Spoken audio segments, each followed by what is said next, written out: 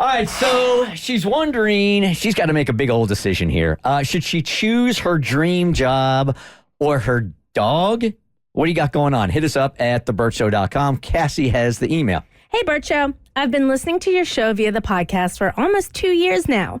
I'm a stay-at-home mom, and hearing adult conversation makes the days a little less lonely and a little more manageable. Yeah, we just had a real great adult conversation about naked celebrity couples. Are you sure you're ready in the Bert Show? I was hoping I could get your and your listeners' advice on a particular problem I have.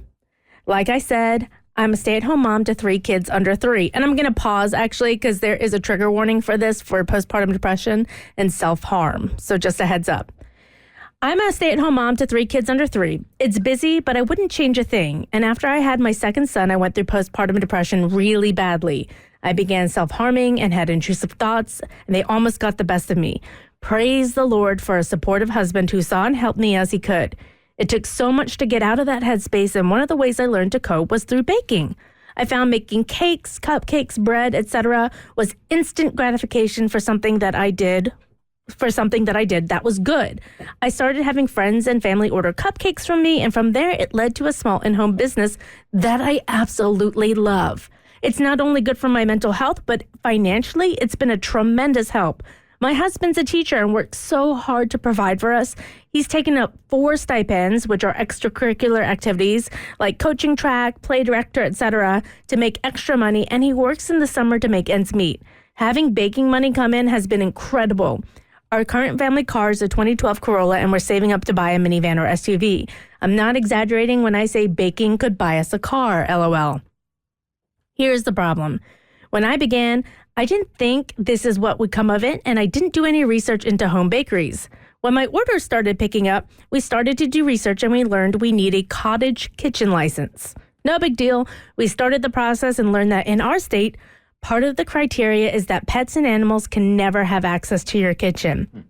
We have a 4-year-old Rottweiler that we love, but the way our house is laid out makes it impossible for us to make that happen.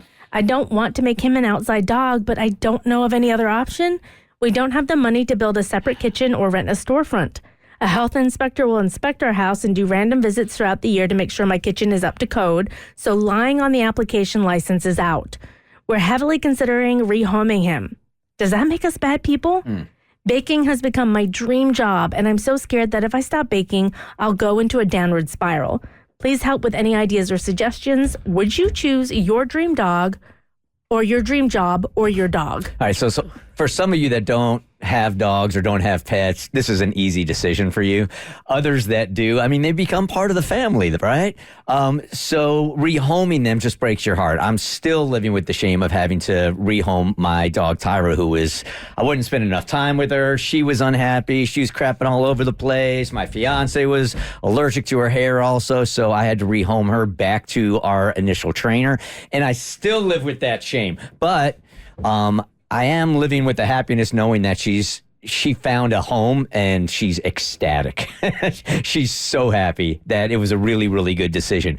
And had we not, and had Jenny not found the exact right home for her, I would have nightmares about it every single day. All right. But I know that she's happy, so I'm good. So the only advice I would give here is if you are going to rehome that dog, you have got to make sure that they are in a family that loves that dog as much as you do, or you will not be able to live with yourself. 100%. I don't think it makes you a bad person to rehome your dog, especially if you're taking the precautions to go out of your way to make sure that it's an environment that your dog's going to be really happy in. It just breaks my heart. Like the thought of having to rehome any of my pets. I have a cat now, but I grew up with dogs. And so there's just something really special about that bond that I can't imagine ever breaking up. But like, if this is going to support you and your family and your mental health, like I think you're not a bad person for doing it. It's just a hard decision you have to make. So what would you do in this case? For me, I personally couldn't do it. But I'm also, I've never experienced postpartum depression. So I don't know what that would do to me and what kind of decisions I would have to make because of that. The thought of giving away my cat, would destroy me though. I feel like this is a situation where I would want to do what I can until I could do what I want. So, I mean, if it would be possible, what I would want to do is if I have to make him an outside dog for a little bit until I get these things off the ground and I can build something better for him, I would try to do that. If that's not possible, then I would try to make sure he finds a home where he deserves to be, because if mentally you're not okay and you are aware that you're going to go into that downward spiral, you're not going to be any good for the dog either. So you got to look at it that way. And so with that in mind, give him away if you have to, but I would try to find a way to use the money that I'm making to build something better for him. Yeah, I think anybody that has had to rehome a dog goes above and beyond. You give 150% before you make that final decision. As someone who went through postpartum depression and had the intrusive thoughts and all of this, you have to find your rock to get through it. It is a dark, dark place, and no one truly understands, even though they're trying to help you. Baking is her rock. This bakery is her rock, and it got her through. I love dogs as if they're family, but you should not put a dog or an animal above your own mental health and your family's well-being. And that's what you're talking about here. And so I think the best decision for you and your family is to find your dog a new place where they can be loved, and then you can thrive as a family. The Bert Show. Like what you just watched? Well, you can get way more of The Bert Show on Apple, Spotify, Stitcher, or wherever you get your favorite podcast.